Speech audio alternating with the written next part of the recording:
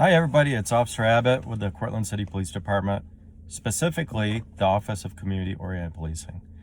And I first want to say thank you and hello to everybody at the Cortland County Office of Mental Health, and thank you for giving me this opportunity to send in this video and say hi and to check in with everybody.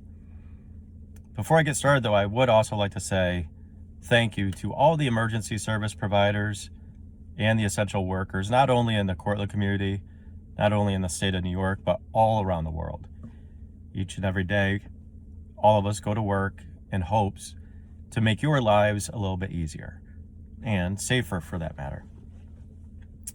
I also want to say a special hello to the groups that I will often speak to at the Office of Mental Health, and that's everybody at the Horizon House and the folks in the NAP program. I hope all of you are doing well and to remember to stay positive.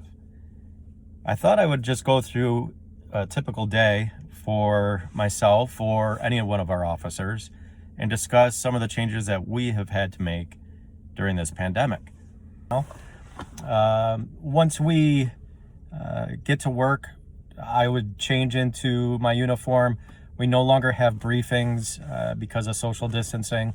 Our supervisor actually provides us with all the necessary information through a group chat or email. And then after that briefing, we will then go out to our vehicles and sanitize everything. Each officer is given a box of latex gloves. And so I go out to my vehicle, put the gloves on, and we also have sterile wipes. And I wipe down everything on the inside of at least the front compartment of our vehicle. Wipe down the steering wheel, all handles, fixtures, the radio mic, and the keyboard to our computer. And each officer does this at the beginning and end of his shift. It's important that we keep each other safe. We obviously do not want to come across the coronavirus and then spread that to other officers. That could be detrimental to our entire department. And so when we actually respond to calls now, we do not even approach the house or the complainant. We try to handle as much as we can over the telephone, unless, of course, it's an emergency. So if it's an emergency, we do put on our N95 mask, which I'll do that for you right now.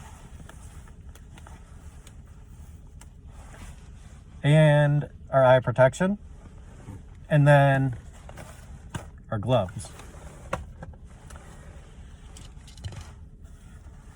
Obviously, working with the public and we don't know how everybody's health situation is, we want to make sure that we're protected, our officers are protected. We also want to make sure that we go home safe to our families. And so actually when I clear from a call, we do put in our reports that if contact was made, just so if we do come down with the virus, then they can backtrack and see what individuals we had physical contact with. And when I go home at the end of my shift, I get back into my street clothes, I go home, but then I change in my basement and I take a shower. And there goes my radio again. I take a shower and just, make sure I'm cleaned up. And again, I don't want to pass anything on to my wife or my children. So it's a very serious time. The social distancing is so important, not only for yourselves, but for emergency service providers and for everybody else's family. Some people in the community might have a compromised immune system, so we want to take care of them. I promise you, though, that the more diligent we are with the social distancing, the quicker we can get back to normal lifestyles. Unfortunately, my position, we had to shut down the Stone Soup event scheduled for May. We will be rescheduling that, and I promise you, when we do have that later on in the year, it's going to be a wonderful celebration with the entire community, and I hope all of you can come out and enjoy your time with us. I also wanted to say too, if you would like to continue to reach out to the police department, by all means. We've received cards and drawn pictures from children. That cheers us up. It's